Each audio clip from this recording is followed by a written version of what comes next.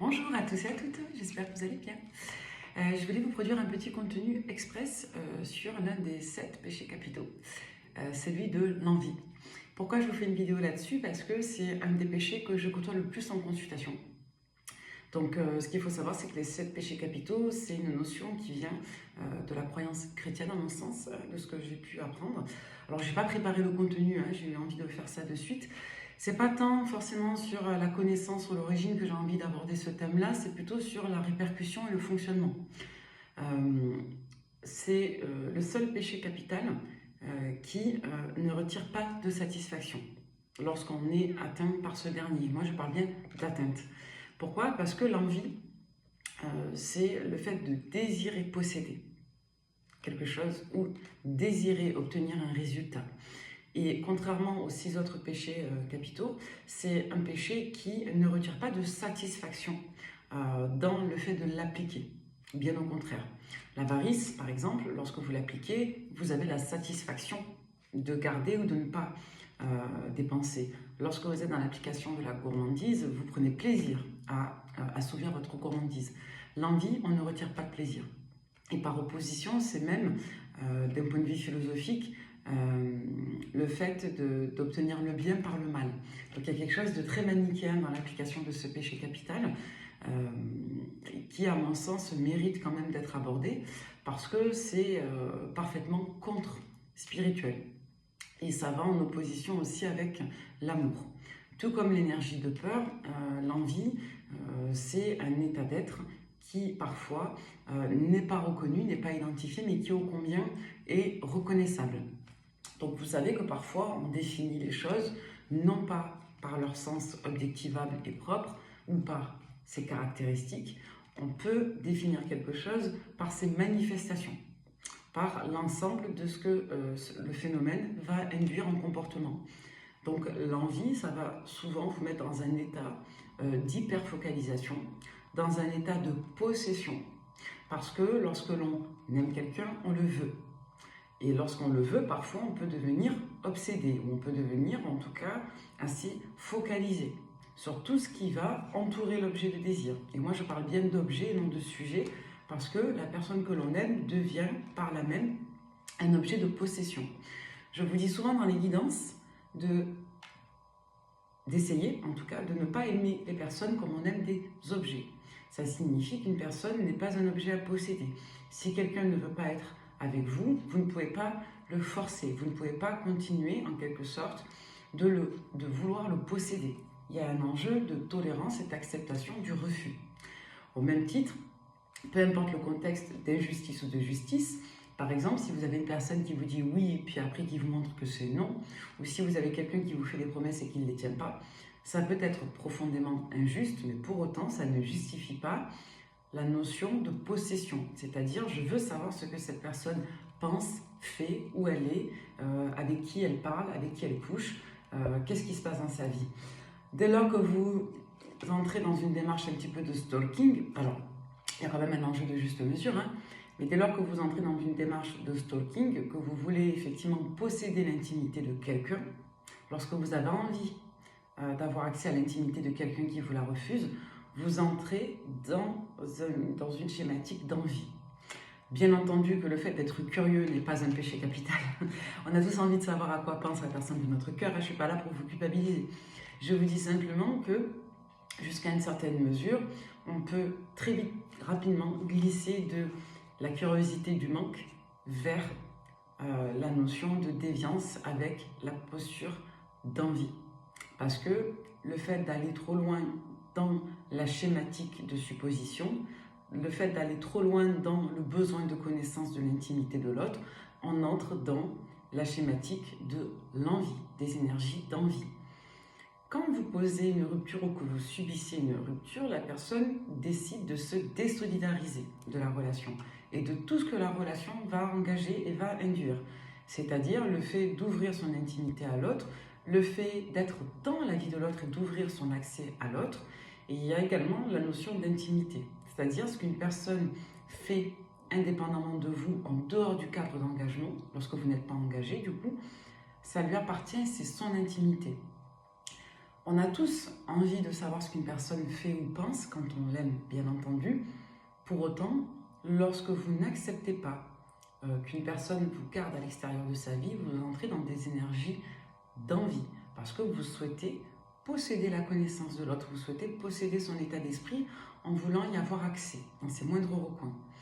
En voyance, par exemple, on répond à vos questions, on vous donne des informations, mais on ne dépasse pas un certain niveau d'intimité.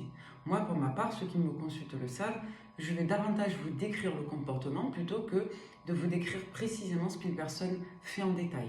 Voilà. Donc, c'est vrai que la limite éthique en voyance est relativement mince parce que quelque part, on a accès à des informations de l'ordre de l'intime. Pour autant, on peut effectivement vous apporter des réponses lorsqu'on est dans un champ, on va dire, de curiosité plus ou moins. Donc, la notion d'envie, elle est à prendre avec pincette, parce que dès lors que vous entrez dans, par exemple, des vœux particuliers, dans des curiosités particulières, dans des mécanismes comme ça de possession de l'intimité et d'intrusion de l'intimité, lorsque vous commencez à faire des suppositions sur ce que l'autre fait dans votre dos, quand vous n'êtes pas engagé avec lui, que vous n'êtes plus en relation avec, vous êtes dans des énergies d'envie. Encore une fois, je ne juge pas, mais je vous explique simplement que l'intimité d'une personne, c'est comme son corps. Lorsqu'une personne ne veut pas être touchée, vous n'avez pas à la toucher. Ça, c'est punissable par la loi, c'est punissible. Pareillement, lorsqu'une personne ne veut pas vous donner accès à des infos et que vous entrez dans une schématique de besoin de possession de l'info et du contrôle, lorsque vous voulez à tout prix rentrer dans la tête de quelqu'un et savoir précisément ce que cette personne vit, pense, ressent, vous entrez dans des énergies d'envie, parce que vous n'êtes pas dans la tolérance et dans le respect de l'intimité de l'autre. Donc ça, c'est quand même assez important de le préciser, parce qu'en spiritualité, ce ne sont pas des énergies saines. Voilà, même si ça ne part pas d'un mauvais sentiment, ce n'est pas forcément sain pour vous, parce que vous allez vouloir pénétrer l'intimité, l'état d'esprit de l'autre, et vous allez vouloir pénétrer quelque part sa vie. Et vous allez entrer dans une posture donc de désir absolu, d'envie, de possession, parce que vous voudrez, voilà, quelque part, maintenir le lien alors que vous n'y êtes plus invité. Et ça, c'est le plus difficile en amour, c'est d'accepter ça. Donc, ça demande une certaine discipline et ça demande effectivement un état d'esprit assez altruiste au final. C'est assez paradoxal, mais quand on aime quelqu'un et qu'on entre dans l'excès de l'attachement, qu'on veut coûte que coûte maintenir les liens pour soi, en accord avec soi, alors que l'autre ne le désire plus et que l'autre vous émet un refus, vous entrez dans des postulats contre-altruistes. Parce que vous n'êtes pas dans l'acceptation du refus de l'autre et vous n'êtes pas dans la tolérance du besoin de distance de l'autre. Vous êtes en recherche de proximité, d'interaction et quelque part de sécurité dans un processus d'attachement qui vous appartient à vous et à vous seul parce qu'il n'est plus validé par l'autre. Donc c'est assez particulier, mais effectivement, parfois, on aime les autres en fonction de soi et dans notre manière à nous d'aimer et on tombe dans une schématique de péché capital, donc d'envie, parce que l'on veut posséder une personne qui ne souhaite pas être, entre guillemets, possédée. On veut avoir accès à la vie de l'autre alors que l'autre ne veut pas nous y donner accès. On veut avoir accès à des informations alors que ça ne nous regarde pas. On ne respecte pas la limite de l'intimité de l'autre. Donc désirer avoir des informations, c'est une chose, mais passer le cap du besoin de possession de l'info et de la vie de l'autre, et quelque part passer le barrage de l'intimité lorsqu'elle ne nous est pas acceptée, c'est passer une limite entre le bien et le mal en quelque sorte. Après, on n'est pas parfait. Bien sûr qu'on ne fait pas toujours tout en bien, et c'est normal, nous sommes des êtres humains, nous avons notre part d'ombre aussi, et l'amour de l'autre est toujours une expérimentation à l'amour de soi. Donc je ne suis pas là pour tenir des propos puristes, hein, c'est pas le but, mais je vous explique simplement, pour que vous en preniez conscience, que le plus difficile, c'est de laisser une personne partir. C'est le plus difficile. Parce que quand on aime quelqu'un, on veut être dans sa vie, on veut de la connexion et on veut de l'interaction. Et lorsqu'une personne ne nous y donne pas accès, c'est très douloureux d'y renoncer, de l'accepter. Ça paraît inconcevable, on n'y pense même pas. Tout ce qu'on veut, c'est maintenir la proximité en maintenant l'accès à l'intimité parce que ça nous maintient dans la vie de l'autre. Alors que l'autre ne souhaite pas forcément qu'on y reste. Donc c'est juste un appel à la réflexion sur votre manière d'aimer. Parce qu'encore une fois, je le dis tout le temps, le problème, c'est pas l'amour. Parce que quand vous aimez une personne et que tout se passe bien, vous êtes bien. Quand vous aimez une personne et que la personne ne souhaite pas construire de projet avec vous et que la personne n'est pas altruiste envers vous, là, l'amour devient souffrant. Donc encore une fois, ce n'est pas l'amour le problème, c'est comment nous construisons nos attachements l'un par rapport à l'autre et comment nous arrivons à respecter la tolérance de l'autre. Qu'une personne change d'avis ou non, qu'une personne se comporte mal ou pas, que vous soyez juste ou en inéquité, en justesse pardon, ou en inéquité, le principe reste le même.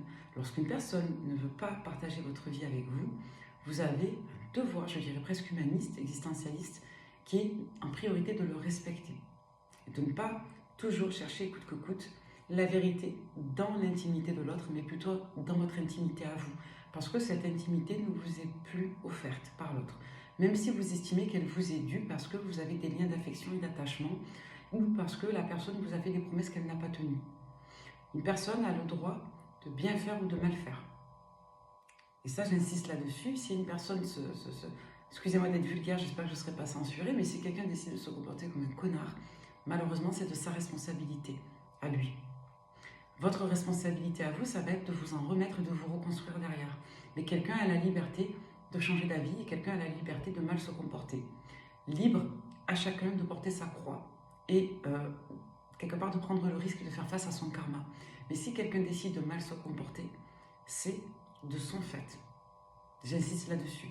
Même si c'est pas juste pour vous. C'est dégueulasse, hein, je le sais. Hein, vous inquiétez pas, je le sais. Mais une personne a la liberté d'accepter de vous parler ou de refuser de vous parler, même si c'est ignoble, même si c'est amoral. Parce qu'une personne décide de ce qu'elle veut faire ou non. Au même titre que vous laissez une personne vous toucher ou pas, votre corps, votre esprit, c'est pareil. Une personne elle a la liberté de vous refuser l'accès à son intimité, même si c'est pas juste, et même si cette personne vous l'a promis quelque temps avant. Le tout, c'est de vous renvoyer à vos propres ressources pour comprendre ce qui est à comprendre.